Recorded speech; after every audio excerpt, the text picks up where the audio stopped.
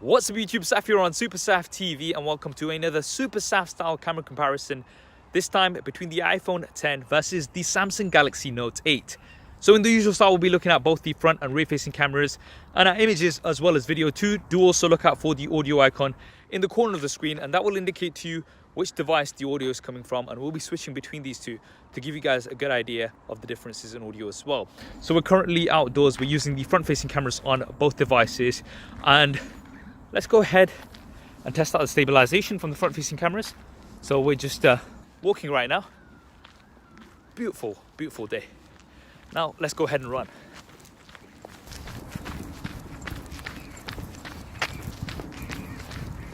Now we've moved on to the rear facing cameras. This is a really good test of dynamic range performing at 4K 30 frames a second. Now both of the cameras have a telephoto lens as well, which means we can zoom in, and both are also optically stabilized when at ×2. So it's going to take a bit of a walk with both cameras here. Switch back to the regular, and we're just going to walk a little bit, and now we're going to run.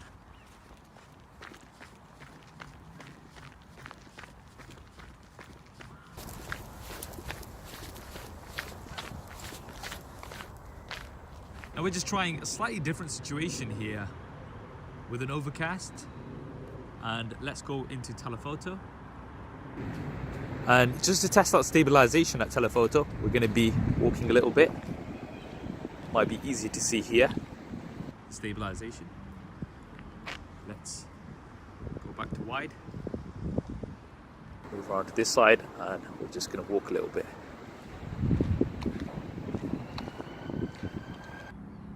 Now just testing out the autofocus on the iPhone X.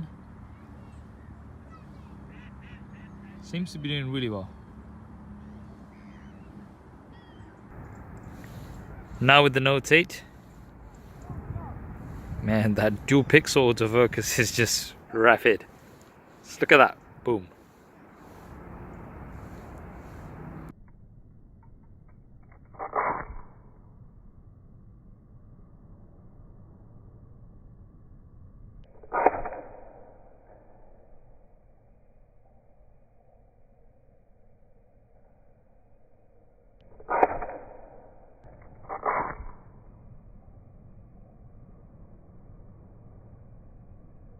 So that was the video. Now before we move on to images, let's look at what we're working with here. For the front facing cameras, we have 8 megapixels on the Note 8 with an f1.7 aperture as well as autofocus. On the iPhone X, we've got 7 megapixels with an f2.2 aperture. Now for the rear facing cameras, things have never been more similar. We've got dual camera setup on both here. One wide as well as one telephoto, which is going to give 2x optical zoom. Both cameras are optically stabilized on both devices, and we have very similar apertures as well. The Note 8 with a slightly wider aperture on the wide angle lens. Now if you want to customize the look of your Note 8 or your iPhone X, then definitely check out our sponsor for this video, dbrand Skins. They've got a huge selection of skins for lots of different devices, and I'm going to be leaving a link to them in the description below. Also disclaimer, all images have been taken on automatic. I haven't tweaked any of the settings, and this is to keep things as fair as possible. Now kicking off with some selfies, you can see here that the Note 8 is slightly wider. This is for images, it's not the case for video. And it's also got much better dynamic range. You can see that blue in the background. This has been completely blown out on the iPhone. And this is something that I've noticed consistently on many iPhones. From the front facing camera, highlights can be blown out. This is the case for both video and images. Now we do have an option to blur the background from the front facing camera on both devices. It's portrait mode on the iPhone and it's selective focus on the Note 8. And in this situation, the Note 8 actually seems to be doing better, but I do think that's because it has better dynamic range. Moving on to a slightly different situation, and once again, I think the Note has better dynamic range, although the situation is quite tricky with the light coming from the background. we still have a bit of blue in the background of the Note. Now trying out the blur on this situation, the iPhone is doing better. And this is something that I've noticed on the Note when trying to use the selective focus. You do need quite some distance between the subject and the background for it to work properly. And you can see here, because we do have this mammoth in the background, it hasn't done a great job. On a side note, I'd like to say that I think the Pixel actually does better than both of these, but that is for another video. Now moving on to low light selfies, the Note 8 brighter here. You can see more details in my face as well as in the background. Using the front facing flash, I think the Note 8, although it is brighter, it has washed out the image slightly. The iPhone, not as washed out. I think this is going to come down to your personal preference. Now in outdoor macro shots, I think both are doing pretty good here. I'd say the color of the flower was in between these two. The Note 8 does seem a tad sharper, but overall I think both are doing a really good job. Now in outdoor wide shots, I think both are doing good once again, but the Note is more vibrant. Also seems a tad brighter here in this situation. Using the telephoto camera on both, once again, both doing really good. The Note 8 a tad more vibrant once again. Now I wanted to test out the dynamic range of both of these, so I shot directly into the sun here. And here I would have to give the edge to the iPhone.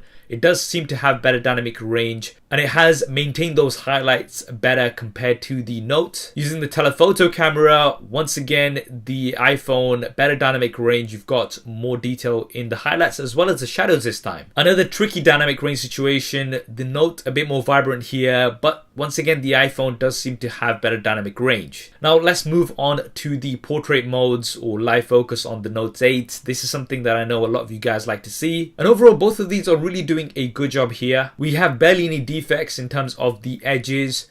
The Note 8 does seem a tad sharper. Trying out another shot, and here I do think the Note 8 is better. It's brighter and it's also sharper. Slight differences in color, which I think will come down to personal preference. Now one last test on portrait mode. I just wanted to test out the dynamic range while we're in portrait mode. Here I think the Note 8 is doing better in terms of maintaining those highlights. On this mask you can see that the highlights are slightly blown out on the iPhone. Now on the Note you can adjust the blur after the fact, so you can decide how much blur you want. On the iPhone you do have studio lighting, which will let you add some effects after the fact. Some of these work quite well, some not so much. Now moving on to some low light shots. So we're outdoors in low light here. I think both are doing really good here. We've got the moonlight in the background. The Note does seem a tad brighter, but there's not really much between these two. Now a situation with some more tricky lighting, and here I would have to give the edge to the Note. We've got more noise on the iPhone. The Note 8 has done a better job of clearing up that noise. A final shot in low light, once again both doing really well here, but the Note